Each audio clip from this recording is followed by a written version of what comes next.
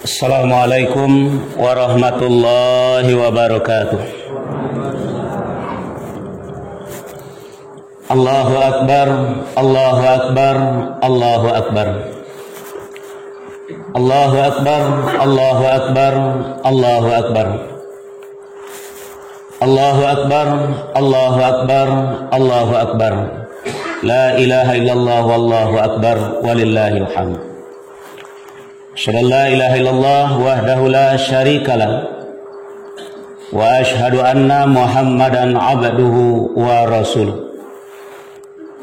Allahumma salli ala Muhammad wa ala ali Muhammad kama sallaita ala Ibrahim wa ala ali Ibrahim wa barik ala Muhammad wa ala ali Muhammad kama barakta ala Ibrahim wa ala ali Ibrahim fil alamina innaka hamidum majid. Amma ba'd.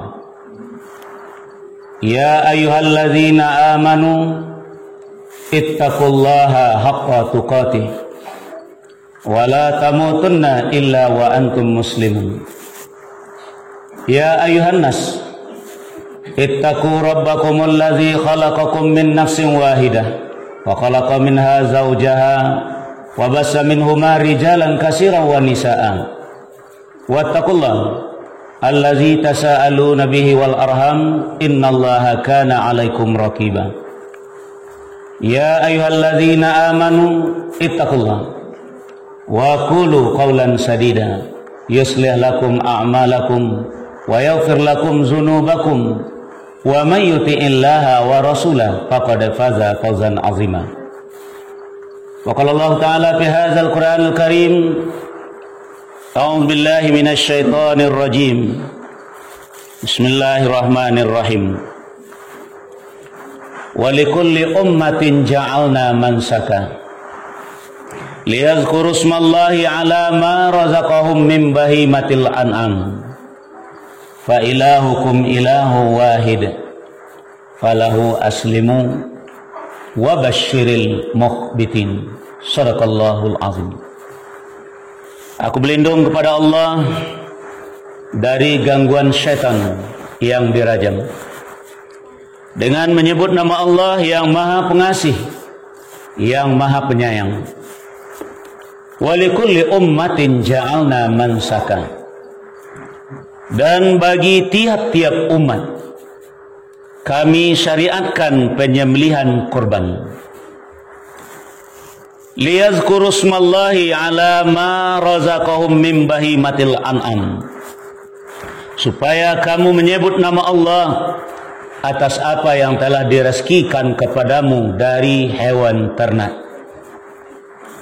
Fa ilahukum ilahu wahid. Maka Tuhan kamu adalah Tuhan yang esa. Falahu aslimu, maka kepadanya lah kamu berserah diri. Wa basyiril mukhbitin, dan sampaikan kabar gembira kepada orang-orang yang tunduk dan patuh. Surat Al-Hajj, surat yang ke-22 ayat 34. Maha benar Allah dengan firman-Nya. Kaum muslimin hadirin jamaah Id yang dimuliakan oleh Allah, dengan memanjatkan puji dan syukur kehadirat Allah Subhanahu wa taala atas segala limpahan rahmat, hidayah, taufik dan inayahnya kepada kita semua. Selawat dan salam kami mohonkan kepada Allah. Semoga Allah mencurahkannya kepada hamba Nabi dan Rasulnya, yakni Nabi Muhammad sallallahu alaihi wasallam. Kaum muslimin wal muslimat, hadirin wal hadirat jamaah salat Id yang dimuliakan oleh Allah.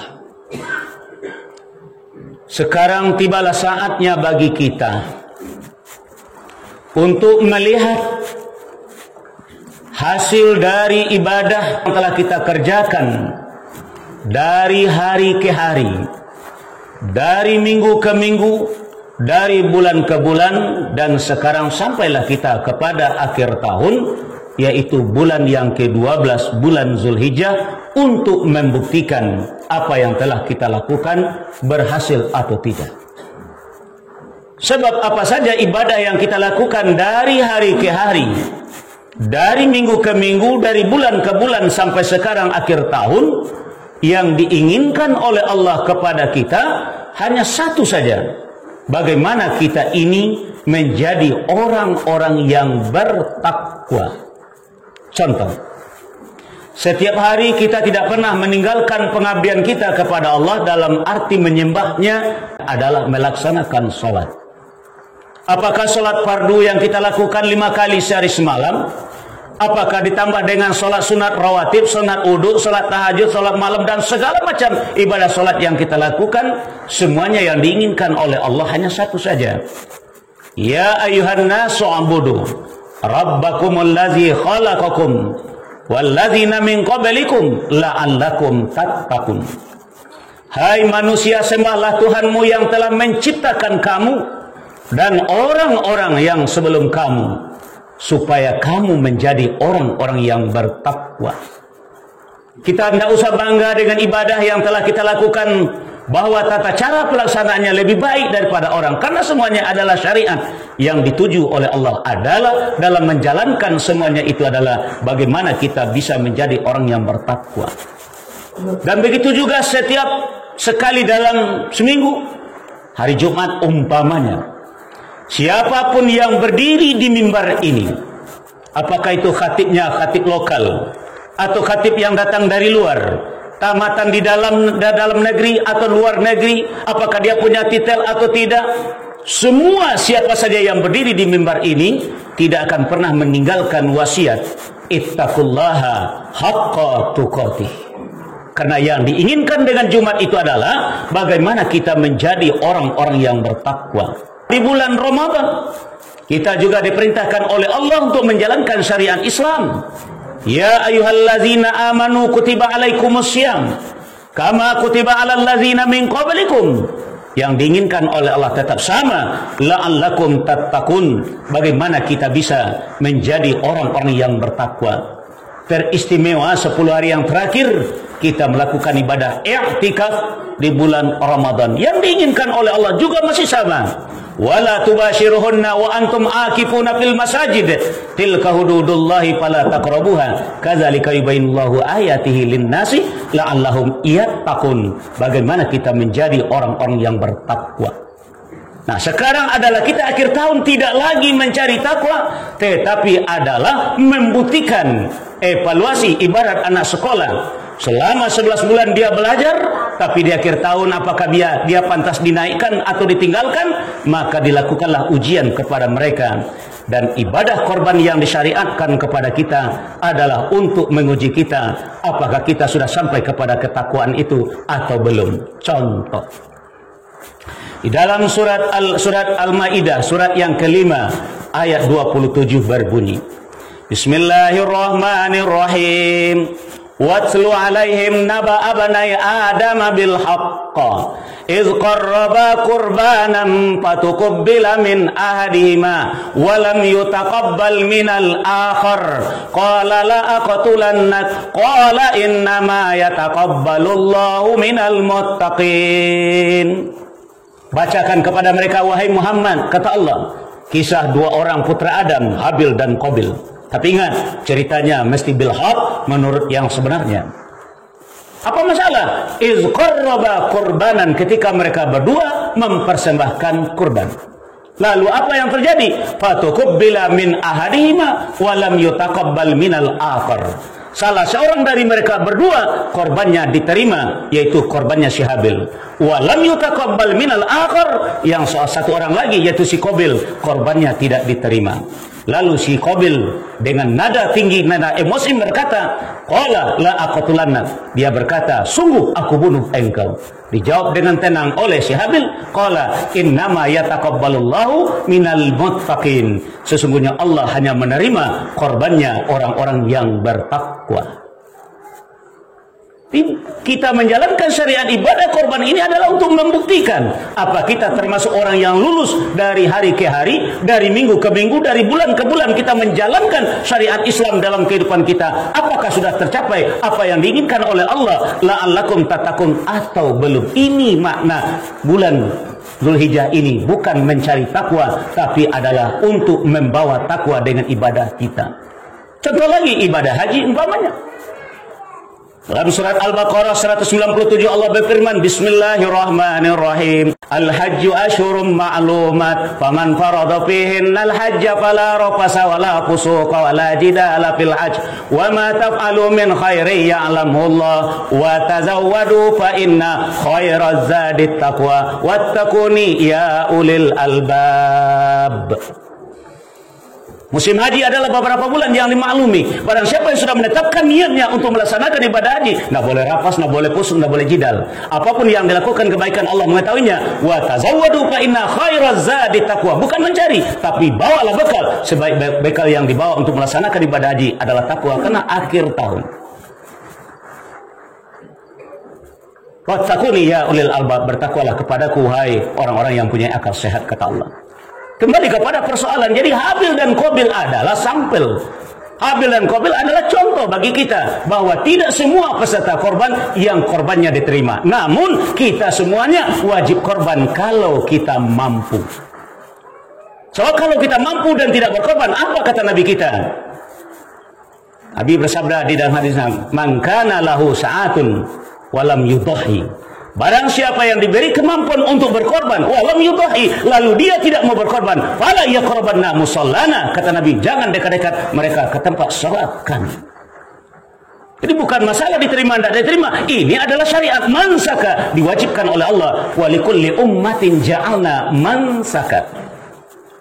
Cuman nasib kita lah yang menentukan apakah diterima atau tidak. 5.000 calon PNS, ya, CPNS mengajukan 5.000, tapi yang lulus cuma 50 orang. Apakah kita termasuk yang 50 orang? Wallahu a'lam.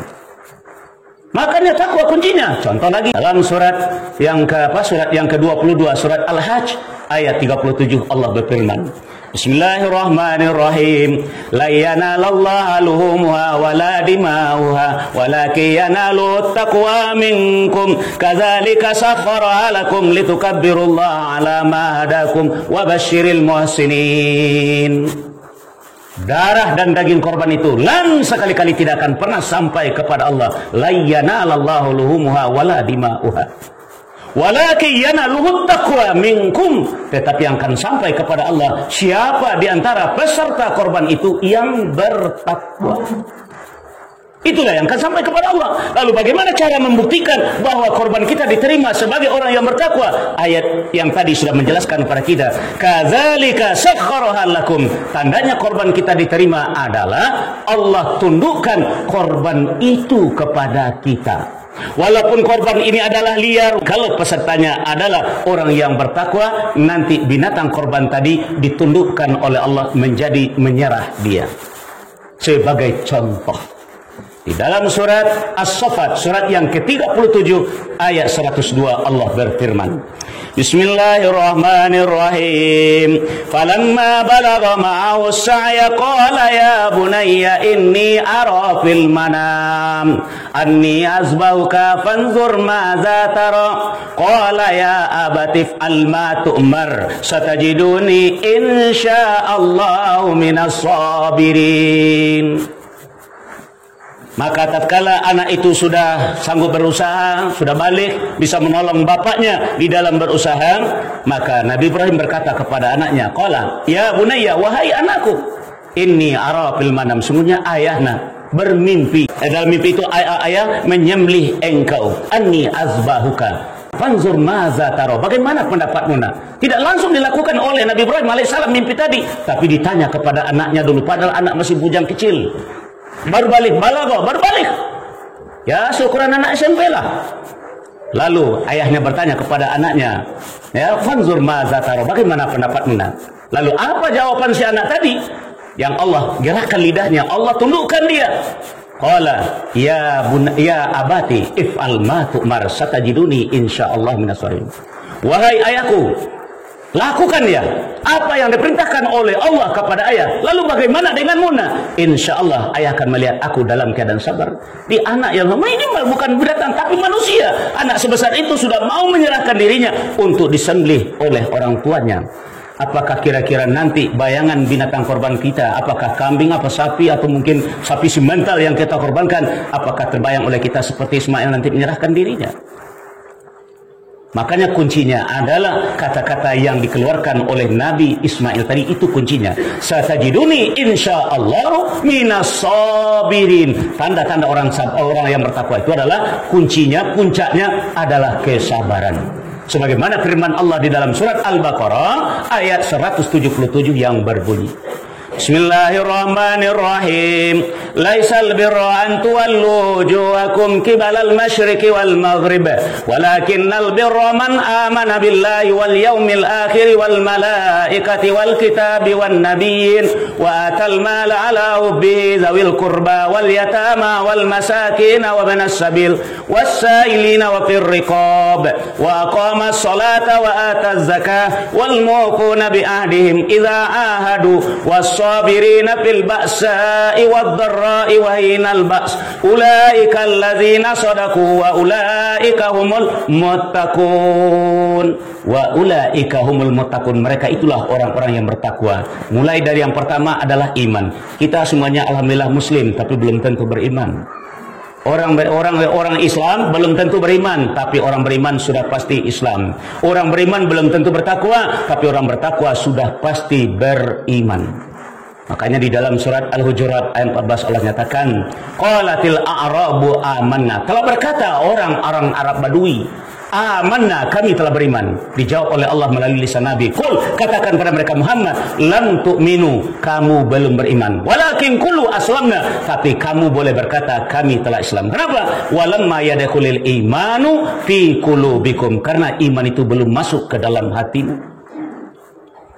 Jadi orang Islam belum tentu beriman, orang beriman sudah pasti Islam. Dan sebaliknya, kalau di antara kita sudah beriman belum tentu bertakwa. Makanya orang beriman yang dipanggil oleh Allah, ya ayyuhallazina amanu ittaqullah. Hai orang-orang yang beriman, bertakwalah kepada Allah. Artinya orang beriman belum tentu bertakwa, tapi orang bertakwa sudah pasti beriman. Itulah ayatnya tadi. Wa ulaika humul muttaqun. Tanda yang pertama, dia adalah orang yang beriman. Beriman kepada Allah, beriman pada hari akhir, beriman kepada malaikat, beriman pada kitab, beriman pada nabi atau rasul, dan tambah dalam hadis kadar baik dan kadar buruk. Dan yang kedua, wa atal mala ala hubbihi, dan dia memberikan harta yang dia cintai.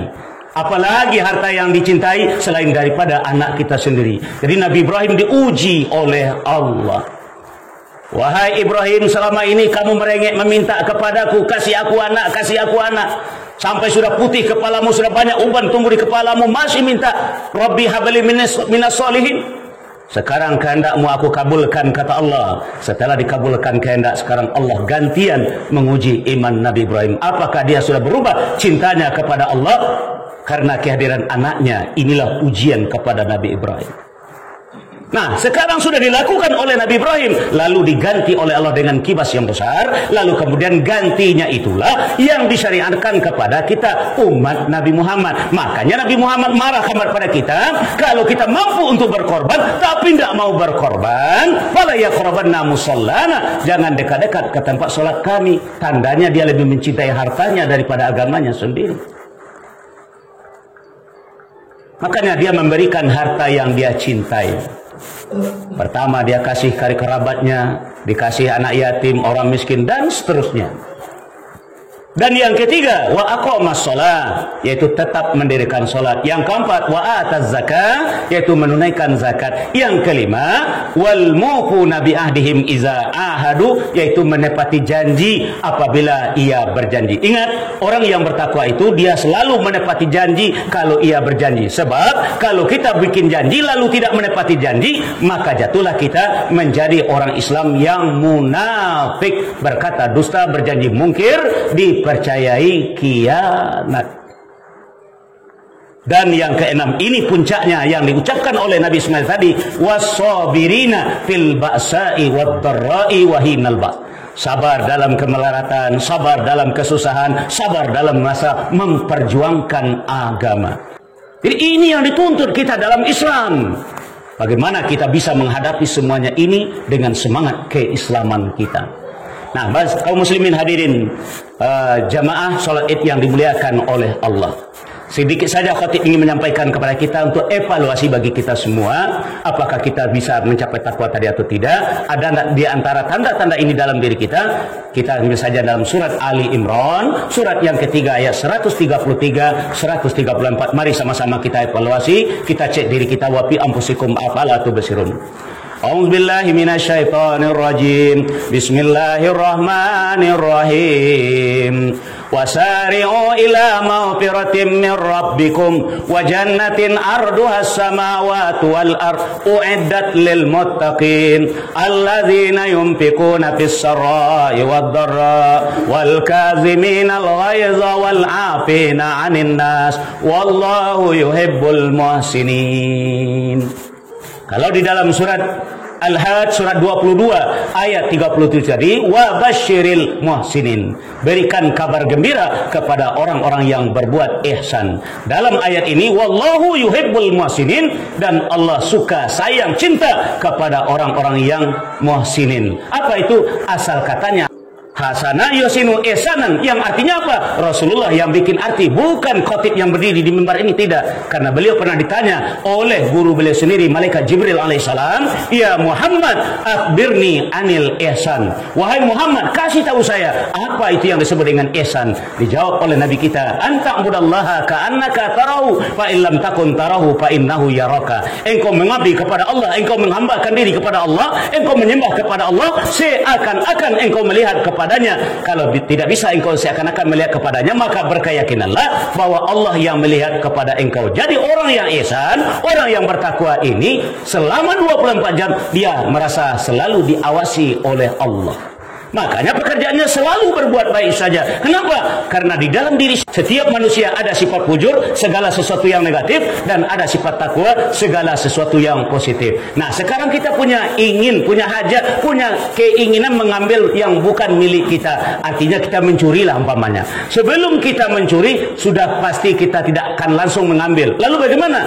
Tengok ke kanan dulu, tengok ke kiri dulu, tengok ke belakang dulu. Ada enggak orang yang melihat kepada kita? Ternyata ada seseorang berdiri dari tempat yang jauh, dia memandang kepada kita. Saya yakin dan percaya tidak akan jadi kita mengambil hak orang tadi. Begitulah orang yang bertakwa, di mana saja dia berada. Kalau dengan ketakwaannya tadi enggak jadi-jadi sifat fujurnya berkembang. Yang berkembang adalah ketakwaannya. Makanya Allah suka dengan dia. Wallahu yuhibbul muhsinin. Allah suka, Allah cinta, sayang kepada orang-orang yang berbuat ihsan.